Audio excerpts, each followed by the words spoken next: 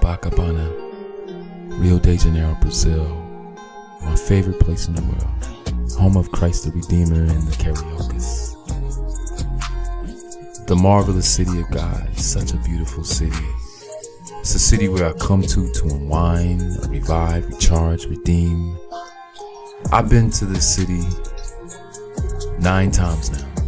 The first time I went was in 2016.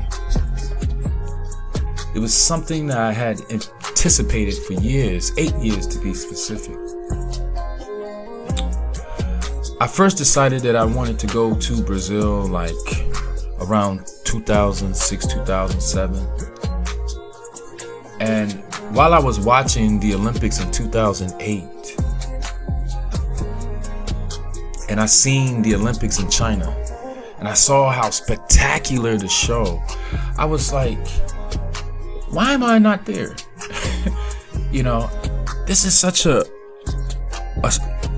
magnificent exhibition of the human potential. And when I asked myself that question, this answer came to me.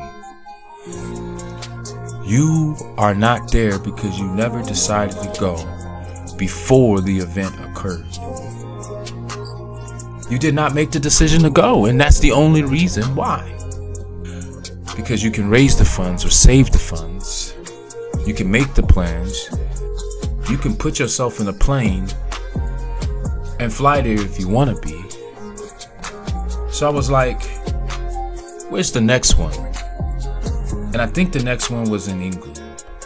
I really wasn't interested, no disrespect, but at that point in time, I just didn't have an appetite to go to England.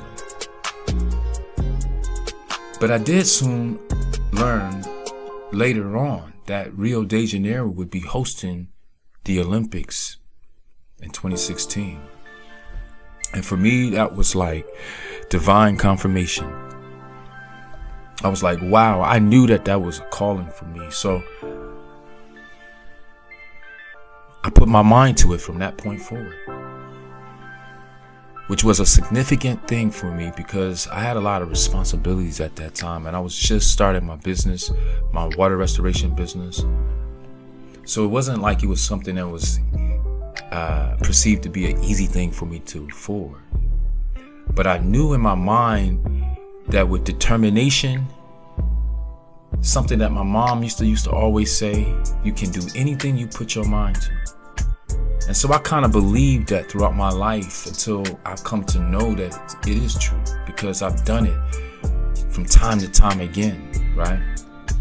8 years later, I was on a Delta flight headed to the Olympics in Brazil.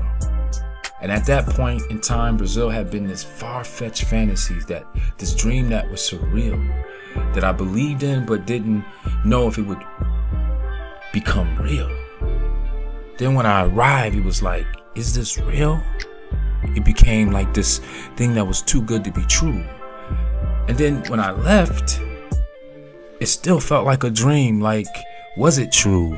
You know, like a dream, they seem to vanish, right? They diminish as time goes on. And the only thing that you have to validate that it was reality is the photographs that you have and the relics that you had brought with you that confirm that it's real. But other than that, you know, there is no difference between the dream and your past, right? A dream that you actually lived in. All right. I'm not so sure why Brazil had such a fantastic hold upon me. You know, I was well traveled, but I ended up watching Brazilian movies, listening to these Brazilian music, talking to people who I met that were from Brazil or living in Brazil. That's when I interviewed Mr. John Thompson for the first time on my radio show back in my talktainmentradio.com days.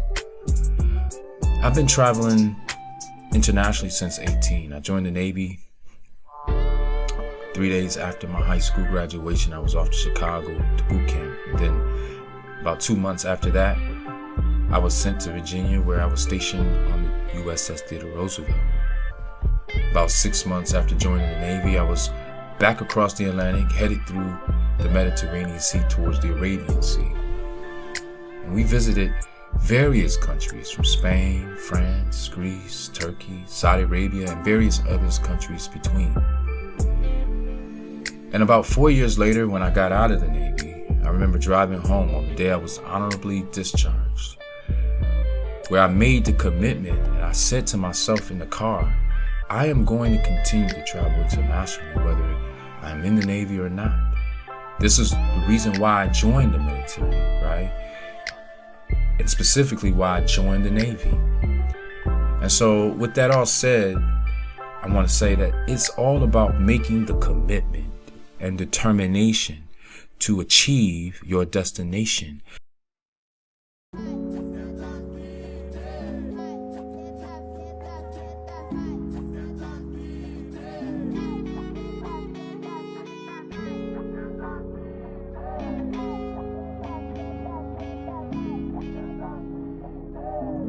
And that can be applied in all forms of manifestation in your life, right? And so I started to travel internationally or beyond the borders in the Caribbean by visiting various different islands, right? Until the point where I breached the equator for myself on my own when I visited Rio de Janeiro in 2016, right? And I had such a spectacular time. I remember standing on a spot that said, make a wish. And I made a wish, which was to return and to return soon. And on the way home, on my Delta flight from that trip, which was about 2 weeks, I think I stayed about a total of 16 days. I stayed about a week before the Olympics and a week during the Olympics. And like I said, I met so many great people and had such a great time. It was like, this place is so magical, I need to return, right? So fast forward a little bit, I ended up getting a part-time job at the airport working for United, which enabled me to travel back and forth to Rio de Janeiro for about $45 both ways. It cost less for me to fly to Brazil than to go to a Brazilian steakhouse at my city and buy a meal. And so I did often. I frequently travel using the benefit of standby, and I was able to come to Brazil whenever I really wanted to within reason. Until, the pandemic. And that's when I was forced to move on from the job, from that position. Many of us got furloughed, and I just haven't went back. And so what you see here is in May 2022 was my first time I went back to Rio de Janeiro post-pandemic. And again, it took a lot of determination because I am unvaccinated. And because I didn't have the vaccination at this time, which was in May, a medical exemption was required, which was something that was challenging for me to get because the doctors that I asked weren't willing to do it. So I had to prepare a letter myself the night before and present a case which included some medical documentation validating my premise for not taking the vaccine. And I just happened to get the right ticket agent, which was a beautiful middle-aged Dominican woman who patiently researched the requirements and inquired with her supervisor, who reviewed my documents and took the time to understand my perspective. He gave me back my documents, printed my tickets, and let me go through.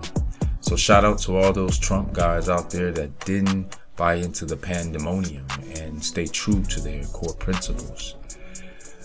All right, so long story short, American Airlines let me through, and so I was able to go back to Brazil, right, for the nighttime. So soon after I arrived, I met up with a friend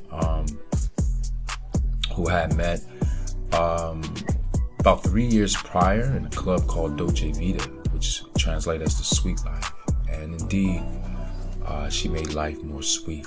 All right, we kind of got to know each other on social media,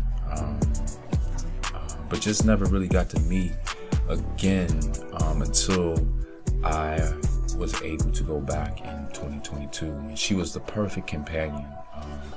Right, very helpful, very pleasant. We went out and had a couple of meals with some of the most spectacular sceneries that I've ever seen in this world, and we created some really good experiences. All right, every time I go to Brazil, my experiences are just absolutely unbelievable. So I don't really talk much about them. People just won't believe them. I just show enough footage to hopefully inspire you to go and have your own experiences, right? And so until next time, enjoy the rest of this track, and peace. Make your plans. All right, it just starts with the flight. Once you have your flight, I just get my Airbnb. You know, sometimes I get my Airbnb while I'm actually getting on the plane.